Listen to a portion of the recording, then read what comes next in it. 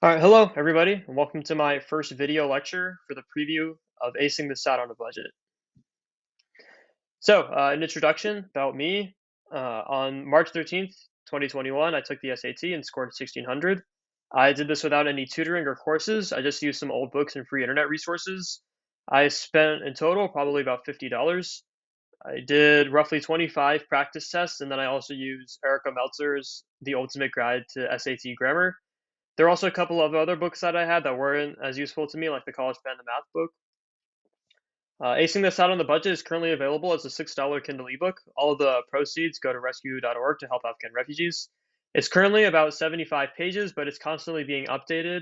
So if you buy the book on Amazon, be sure to turn on automatic updates. It's a free feature, and it just means that you'll be able to get all the updates for the book as soon as they come out.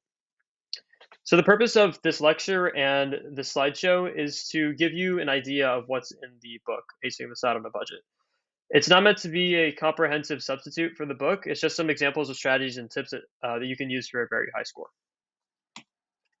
So an outline of how of these slides and how this lecture is going to work is I'm going to start off with an introduction about the book. Then I'm going to get into some tips on how to practice, and then I'm also going to give you a guide to College Board's SAT guide and just how to kind of use that book to the best. So this is the table of contents of Acing the SAT on a Budget. So in this lecture, I'll be going over the introduction and then also giving you a preview of the how to practice chapter and the guide to College Board's SAT study guide chapters.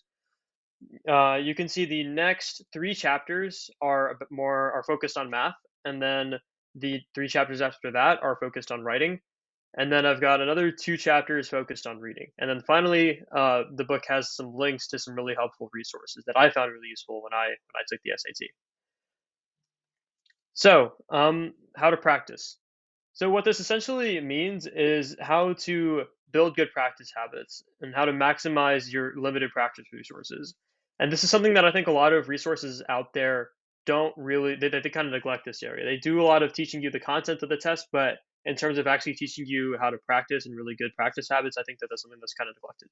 So the first tip I would have for organizing is organizing your practice. And what this basically means is that you should have one designated place where you write down all of your mistakes and you keep track of what tests have been completed.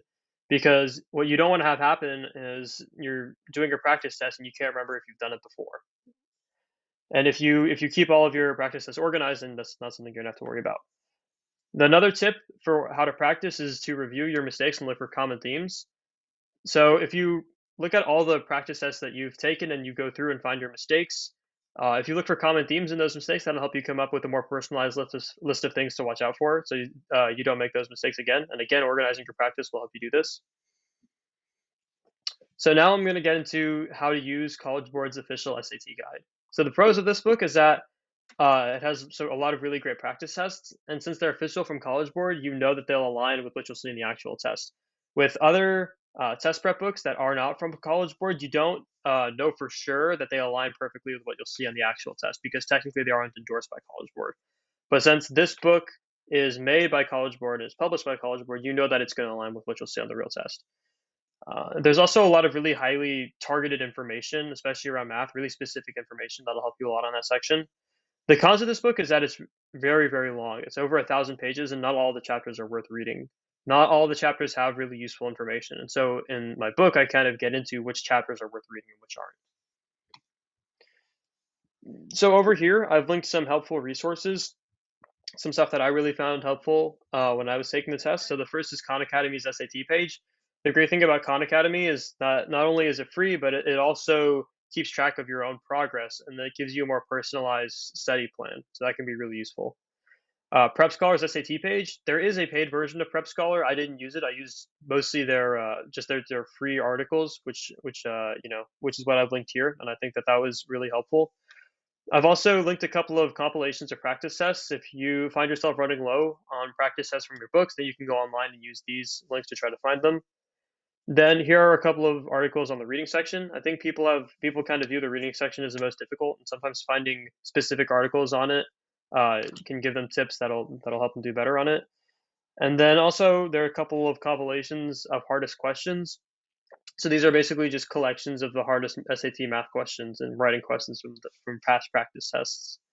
And if you want to get some more specific practice in these sections, then finding the hardest question compilations can be really helpful. Okay, that's it. Thanks for watching.